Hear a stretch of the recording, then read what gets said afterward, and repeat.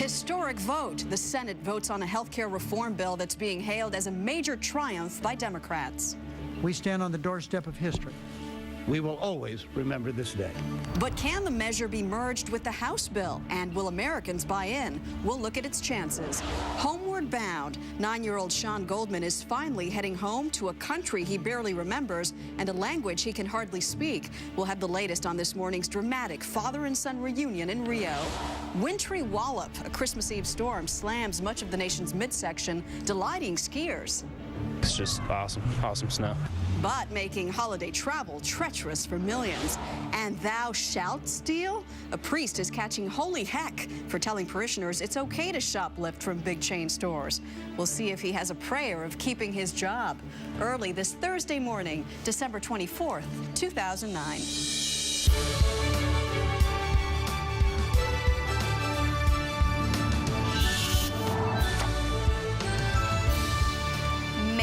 Christmas Eve, everybody at home. Hope you're nice and cozy this morning. Good morning. I'm Maggie Rodriguez here with Jeff Glore, who's in for Harry Smith. How you doing? I'm well. Merry Christmas Eve. Ready for a big family celebration today?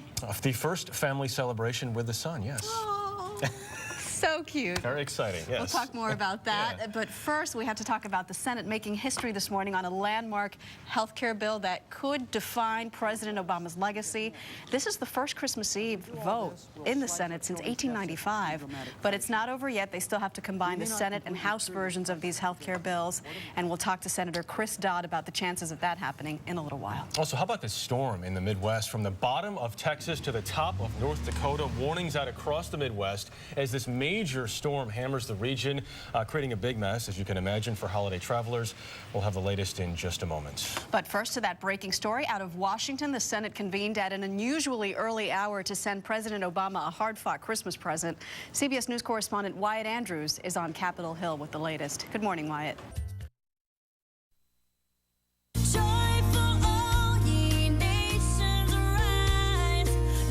Welcome back to the Early Show on this Christmas Eve day. We want to bring you another installment of a Glore family Christmas. Take a look.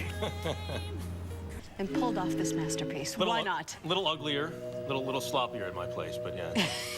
But the beer bottles are...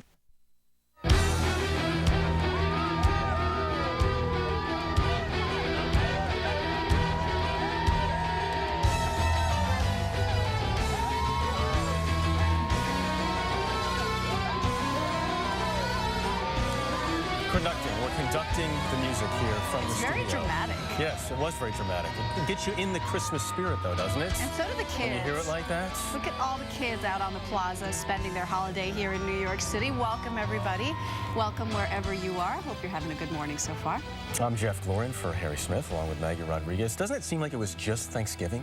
It was, wasn't it? It was, fast. Coming up here this morning, now that Sean Goldman is back with his father, he could be facing a very difficult situation as they make their way back from Brazil. He's been there for 5 years, doesn't speak English very well.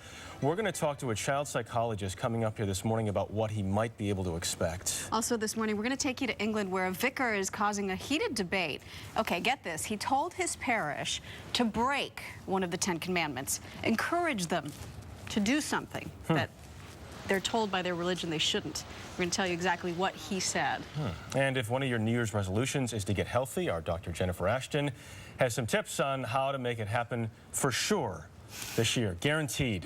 No, really, this time. But first, in this half hour, investigators in Jamaica combing the wreckage of American Airlines Flight 331, which crash-landed on a runway yesterday during a rainstorm and broke apart.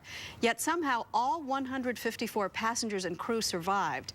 CBS News correspondent Kelly Kobiella is in Kingston, Jamaica this morning with the latest. Good morning, Kelly. Breaks my heart. He's been through so much, but remember, he's 9. So hopefully things will finally settle down for this boy. But he certainly has more challenges ahead. I know. All right. We wish him well. Right now, we want to check back in with Mike Augustinak of our Minnesota station WCCO. He's in for Dave Price today. Good morning again, Mike. Good morning to you guys as well. It's snowing again. Yes. Imagine that. Heard. Amazing. We heard. Middle part of the country is the... The Early Show continues now from the General Motors building in New York City. Time for this morning's Health Watch. A new year is coming up and a new you. Healthy resolutions for the upcoming decade. Here with some great goals and how to keep them is our own Dr. Jennifer Ashton. Good morning, Jen. Good morning, Maggie. Number one resolution might be a little tough for us on this shift. I know, but we have to try. get it in. It's sleep. It is one of the most neglected aspects of our health in terms of preventative health.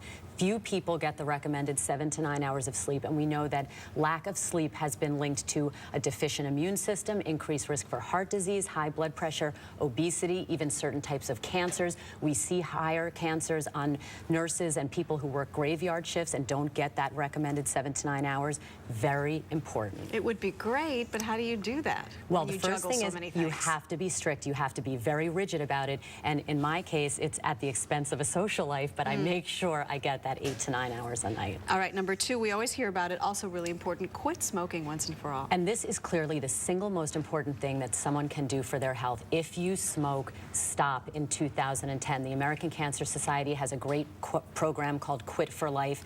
You can have help with it. The most important thing, make a plan, set the date about 2 weeks ahead of time.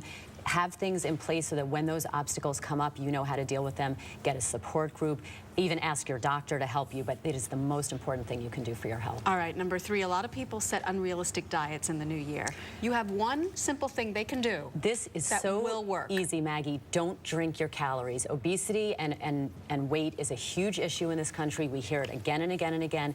It is the easiest thing to do to just remove the excess calories from your diet. Like the soda and in the form alcohol. of beverages. So don't drink anything with calories. While I don't love to advocate diet soda, any way you can cut calories from your beverages, the better. I had a patient who was able to cut 35 pounds in 1 year just by reducing the amount of calories she was taking in her coffee. I love that. You can use that. And finally, in the last seconds, exercise, exercise, exercise. Exercise. I'm a big advocate of weightlifting. I think it's great, especially for women, but we can't forget about the cardiovascular exercise. Don't forget about your heart. All right, Jen, thank you so much. You bet, Mags. Have a happy and healthy new year. Thank you. Same to you. We'll be right back. You're watching The Early Show here on CBS. Don't go away.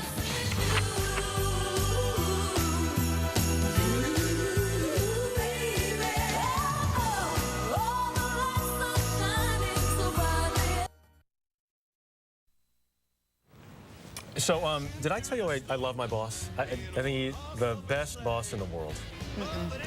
Didn't work. We're going to talk about the right way to please your boss. Brown nosing. We don't like that expression. It's got to be real. Okay. We'll talk about it ahead this morning on The Early Show. Too much.